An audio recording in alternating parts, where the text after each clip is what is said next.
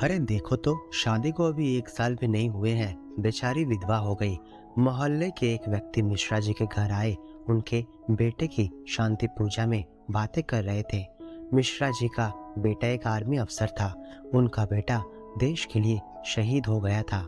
आज के दिन सभी मोहल्ले वाले उसे श्रद्धांजलि देने मिश्रा जी के घर आए हुए थे। शादी को अभी 1 ही साल हुआ था कि ये दुर्घटना घट गई। मिश्रा जी की बहू सुहानी को गहरा सदमा लगा था। मिश्रा जी की पत्नी का रो रो कर बुरा हाल हो गया था। उन्होंने अपने इकलौते बेटे को जो खोया था, उनका दर्द आखिर कौन समझ पाता। मिश्रा जी किसी तरह अपने आप को संभाल लिए थे। धीरे धीरे समय बीतता गया। सुहानी कुछ दिनों के लिए अपने मायके गई और फिर ससुराल आ गई। सास ससुर अपनी बहू सुहानी से बहुत प्यार करते थे। अब उनकी बहू ही उनके लिए सब कुछ थी, और हो भी क्यों ना, सुंदर नैननश, दिल से भी पवित्र, और जिसके मन में कोई छल कपट ना हो, उसे कौन प्यार नहीं करता। सुहानी की सुख दुख में हमेशा सासू माँ उसका साथ देती। उसी के खुशी के लिए सासू माँ सबसे पहले सोचती थी। समय बीतने के साथ साथ सुहानी ने भी खुद को मजबूत कर लिया। सुहानी के सास ससुर की इच्छा थी कि फिर से उनकी बहू का घर बस जाए।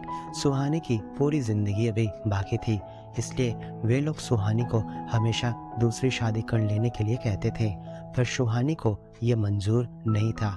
जब भी उसकी सासू माँ शादी के लिए कहती तो सुहानी सीधा मुकर जाती और कहने लगती, क्या मैं आप लोगों के लिए बोझ बन गई हूँ, जो मुझे फिर से शादी करके यहाँ से भगाना चाहती हैं? मैं कहीं नहीं जाऊंगी मम्मी जी, मुझे यहीं पर रहना है आपके पास। आप तो मेरी माँ है और मैं आपको अपना गुरु भी मानती हूँ।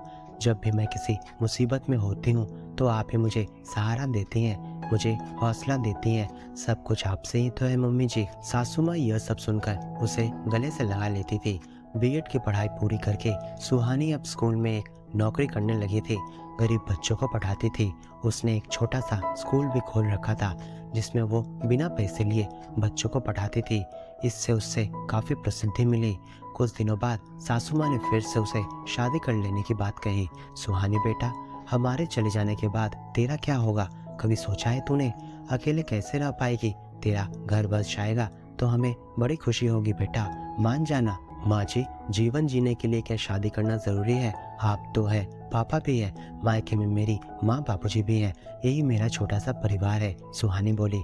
अब सासू माँ बोली, बेटा तू मेरी बात को समझ नहीं रही है। ये सब कहना आसान होता है, लेकिन जिंदगी के सफर में एक समय ऐसा भी आता है जहाँ हर किसी को हम सफर की जरूरत पड़ती है। सासू माँ के बहुत समझाने पर आखिरकार सुहानी उनके बात को मान गई।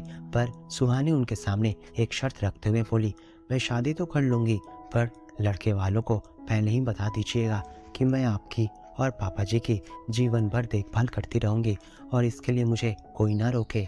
सुहानी की यह बात सुनकर सासू माँ की आंखें भर आई।